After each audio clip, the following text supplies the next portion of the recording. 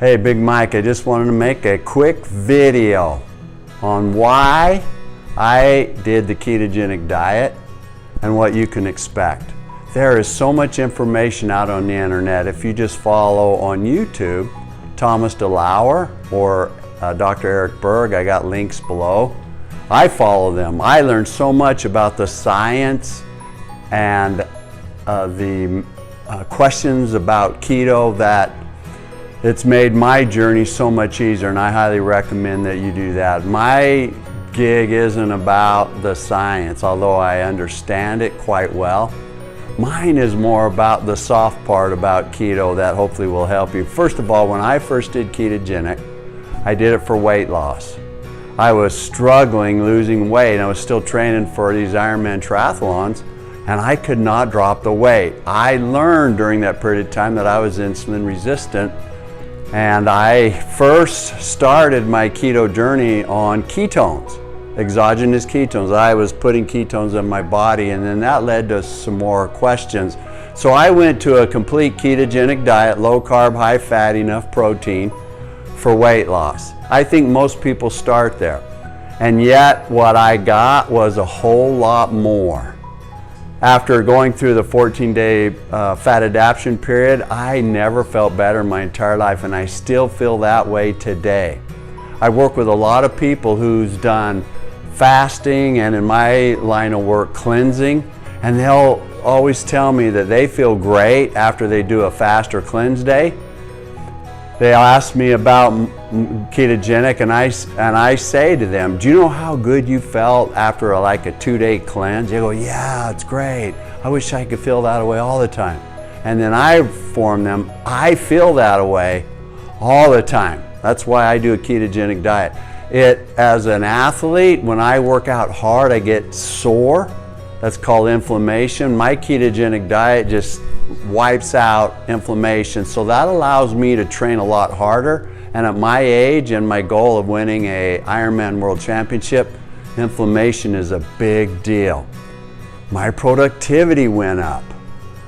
Why did it go up? Well, number one, I wasn't constantly having to prepare and feed myself. I'm on an intermittent fasting diet where I eat 2 main feedings a day.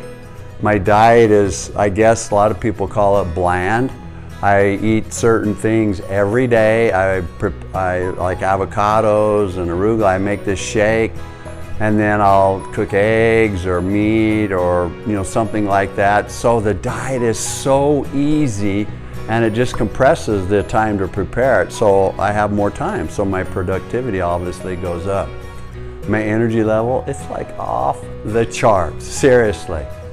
I'm energetic from the time I wake up in the morning until I crash at night, and I get tired about 9 a.m. I get up like around 6, and I'm a little slow in the morning like most people are, but generally right after I get kind of going, I'm fine. And I just like the little energizing bunny. I've got high energy. Another great thing about ketogenic that I love, it's the reason I do it, food cravings, gone. Seriously.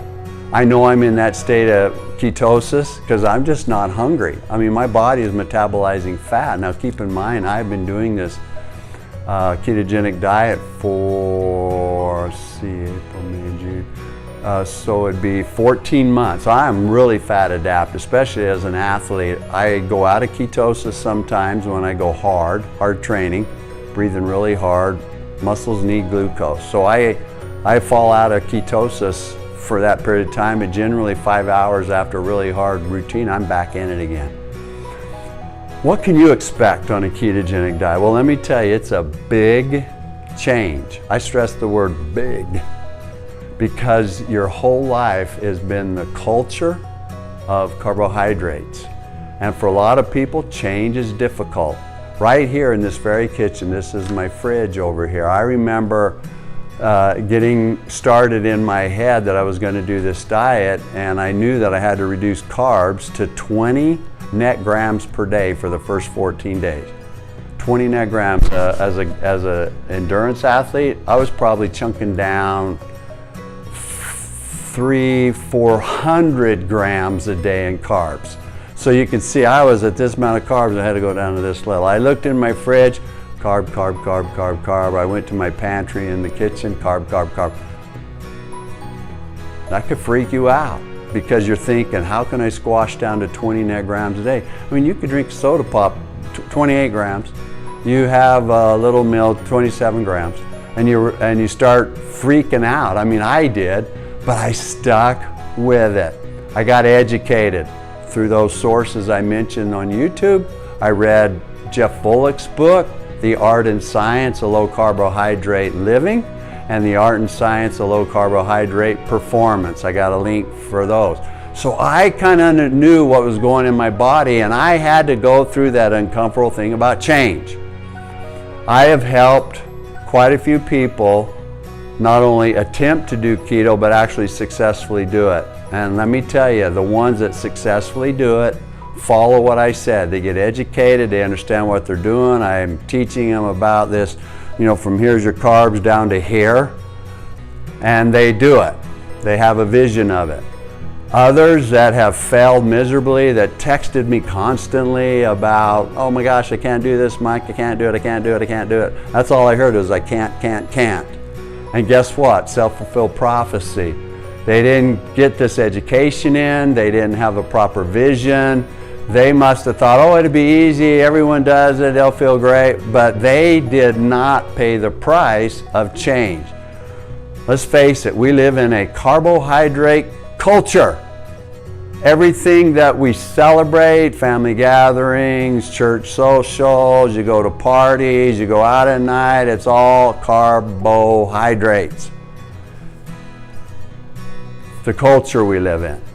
You're bucking cultural norms. That could be a challenge. You're going to have people that challenge you.